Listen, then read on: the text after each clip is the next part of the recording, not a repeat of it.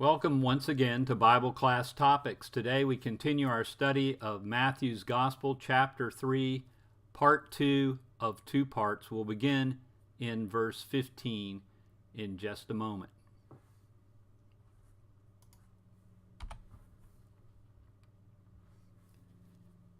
In the previous video, we had a big introduction to who were the scribes and Pharisees. We talked about verses 1 through 4, making religion a burden, and the fact that the Pharisees had turned the old law into a religion of ostentation, and the fact that the way they conducted themselves, they were basically shutting the door for anyone else to follow the law appropriately. We'll continue today by looking at all of the highlighted topics you see here on the screen.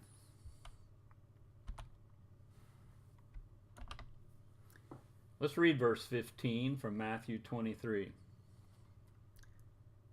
Woe to you, scribes and Pharisees, hypocrites, for you travel across the sea and land to make a single proselyte, and when he becomes a proselyte, you make him twice as much a child of hell as your own selves. The ancient world in general hated the Jews. That's a truism. Their self-imposed isolationism, their refusal to have anything to do with outsiders, their keeping of the Sabbath, their refusal to eat pork are just a few of the things that gave rise to the early days of anti-Semitism. However, there were things about the Jews that attracted some outsiders. Their belief in only one God and their ethical and moral purity are two things that outsiders respected. They were obviously God-fearing Gentiles among the Jews. In the New Testament, Cornelius comes to mind. They followed some of the Jewish ways, but usually stopped short of becoming circumcised and thus did not take part in the ceremonial aspects of the law. The Pharisees were looking among these God-fearers to convert them to full Judaism, the word that we read in the ESV as proselytes. Some of these converts became more fanatical to the rules and regulations of the scribes than even the original born that way Pharisees. Well, what did Jesus think about their mission to convert people? He wasn't concerned that they were trying to convert people to the old law at this point in time, but he was concerned that they were trying to convert people to their brand of the old law. He calls them the missionaries of evil. In other words, were they really seeking to lead men to God, or were they seeking to lead men into Phariseeism? Let's continue our reading. Verse 16. Woe to you, blind guides, who say, if anyone swears by the temple, it is nothing. But if anyone swears by the gold of the temple, he is bound by his oath. You blind fools. For which is greater, the gold of the temple that is, for which is greater, the gold or the temple that has made the gold sacred? And you say, if anyone swears by the altar, it is nothing.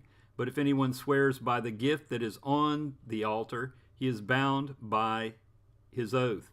You blind men, for which is greater, the gift or the altar that makes the gift sacred? So whoever swears by the altar swears by it and by everything on it. And whoever swears by the temple swears by it and by him who dwells in it. And whoever swears by heaven swears by the throne of God and by him who sits upon it. We called this topic the science of evasion, and the Pharisees and scribes were good at it. If you remember our study from Matthew 5:33 through 37, to the Pharisees the only binding oath was one that invoked God's name directly.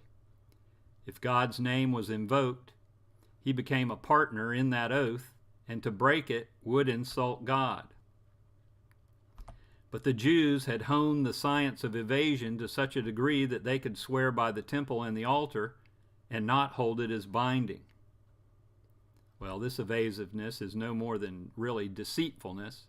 Would a truly religious man make an oath that he knew he would deliberately break in the future? Do Christians today still evade some duties on technicalities, or call on a strict interpretation of the law to avoid doing what the spirit of the law clearly demands? Jesus has a two-part view of this situation. First, God hears every word we say and knows all the intentions of our heart. So, God will not be fooled by some evasive oath. Such sharp practices belong to the world and not to God or his people. God expects the Christian mind to be openly honest. Regardless how a promise is worded, God expects us to keep it. We can't be like lawyers looking for every loophole, or someone filling out their income tax and looking for not legal loopholes, but any way they can fake it. This is modern day Phariseeism in practice. Two more verses, 23 and 24. Woe to you, scribes and Pharisees, hypocrites, for you tithe mint and dill and cumin, and have neglected the weightier matters of the law, namely justice and mercy and faithfulness. These you ought to have done without neglecting the other.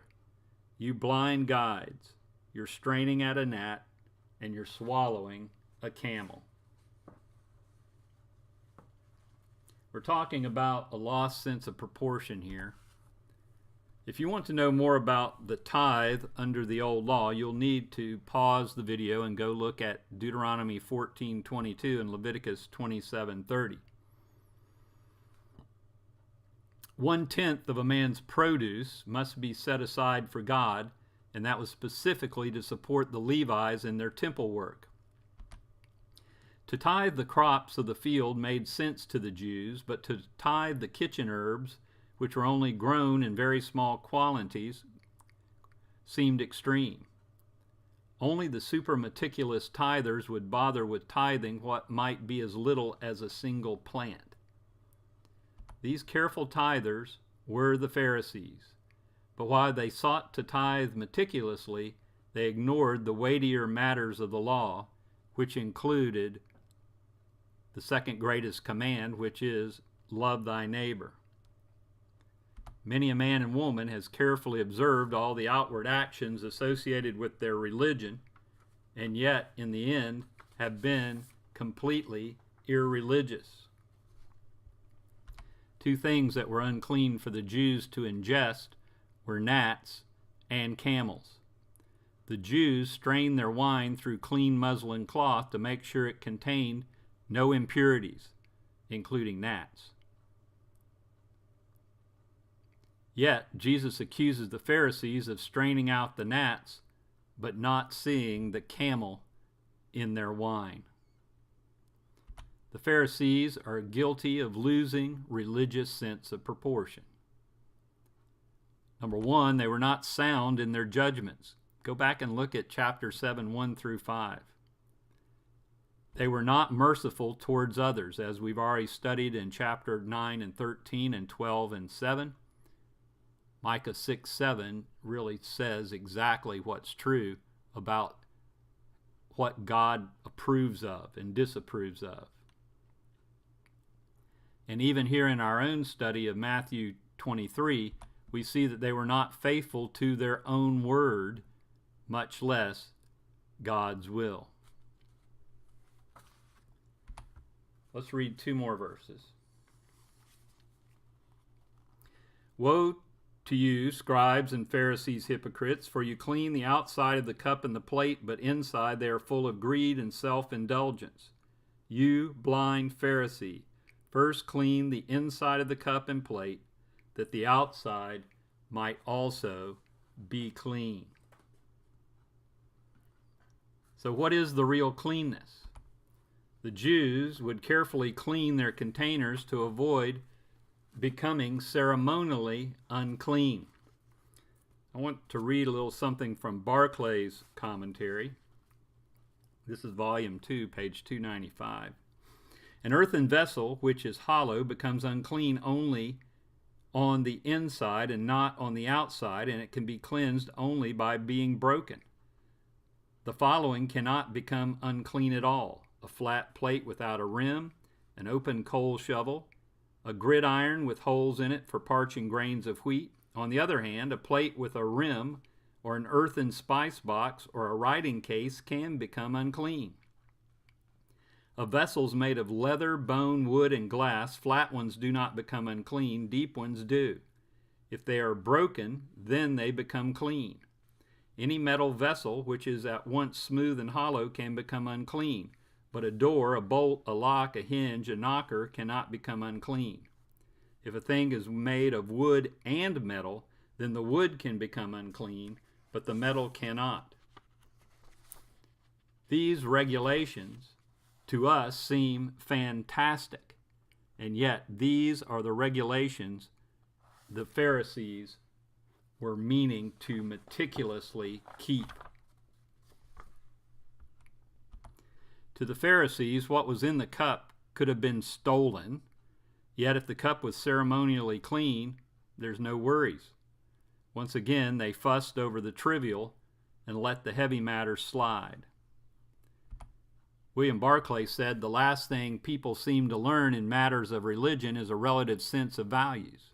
And the tragedy is that it is often a magnification of matters of no importance which wreck the peace." And we've all seen that happen in the church in our lifetimes.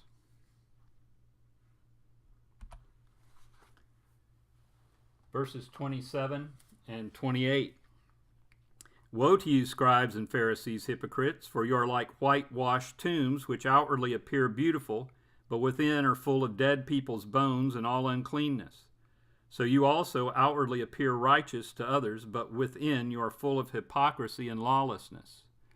Woe to you, scribes and Pharisees, hypocrites." And I read a little too far, so we'll save that woe in verse 29 for a few more minutes.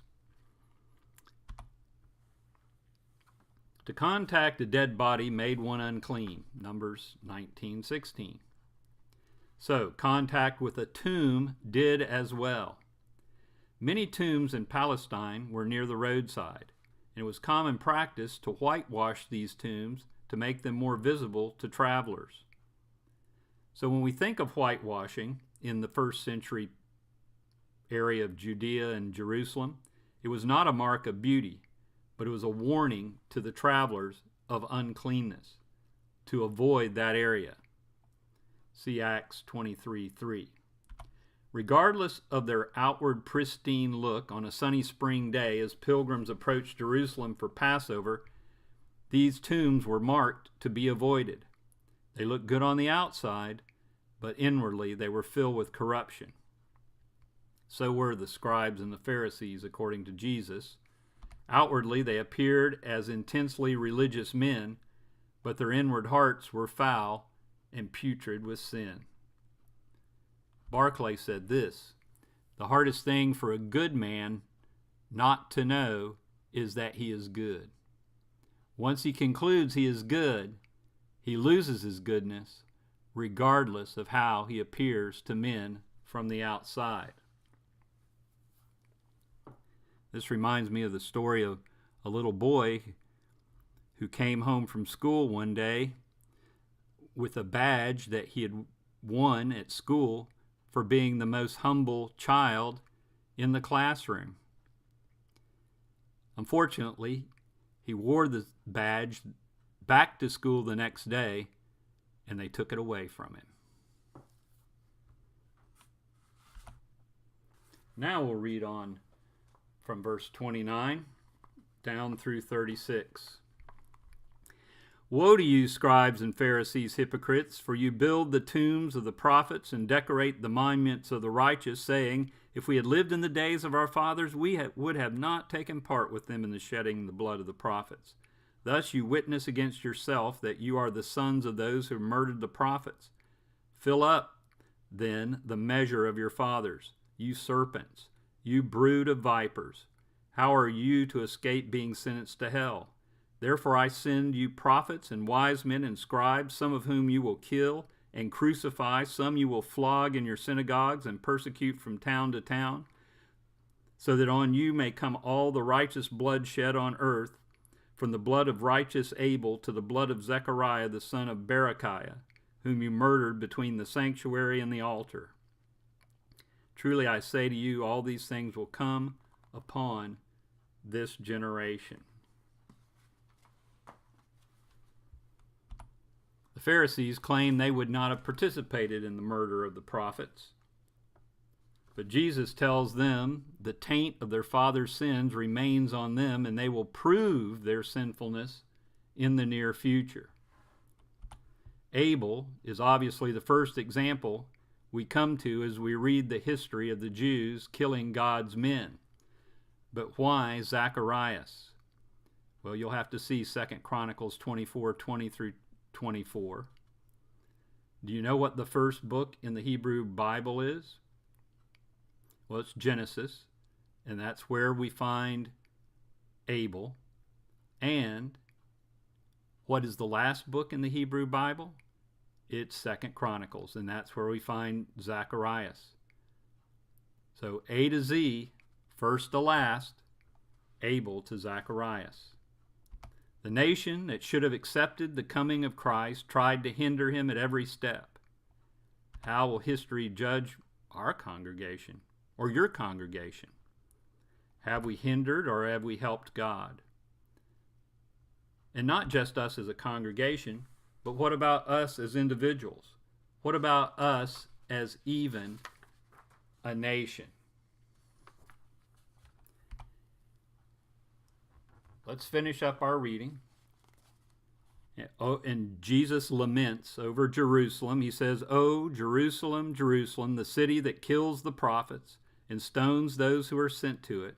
How often would I have gathered your children together as a hen gathers her brood under her wings, and you were not willing. See, your house is left to you desolate. For I tell you, you will not see me again until you say, Blessed is he who comes in the name of the Lord."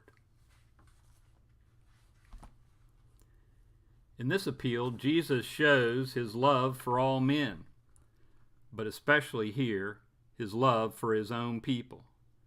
These are the words of a broken heart. We'll close out our study of Matthew 23 by looking at 4 great truths revealed by this passage. The patience of God is revealed. God's love contains limitless patience. The Jews had killed God's messengers at every turn, and yet God still extends his hand of mercy. Even after they killed Jesus, he will still extend them his hand of mercy. The second great truth is the appeal of Jesus. He will not bring an army and force the Jews to obey his will. His appeal rests on not force but love. It's an appeal that everyone can choose to accept or reject. The third great truth is the deliberation of the sin of man. In other words, men sin deliberately. The door of the human heart has no outside handle. It must be opened from within. Sin, therefore, is an open-eyed refusal of God's grace and mercy in his appeal to our hearts through his Son. Jesus knocks at the door, but he won't kick it down.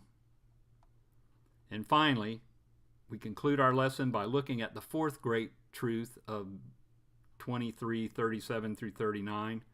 What are the consequences of rejecting Christ? Within 40 years of Jesus' death, Jerusalem would lie in ruins, destroyed by the Romans. That disaster was a direct consequence of the Jews' refusal to accept Jesus Christ as Jesus Christ. History has shown that when a nation rejects God, they will eventually and ultimately be destroyed. Thanks so much for watching. Next time we meet, we'll begin our study of Matthew chapter 24. In the meantime, if you click on my face, you can subscribe to the channel. And on the left-hand side is another video for you to look at. Till we meet again, thank you so much for watching, and may God bless.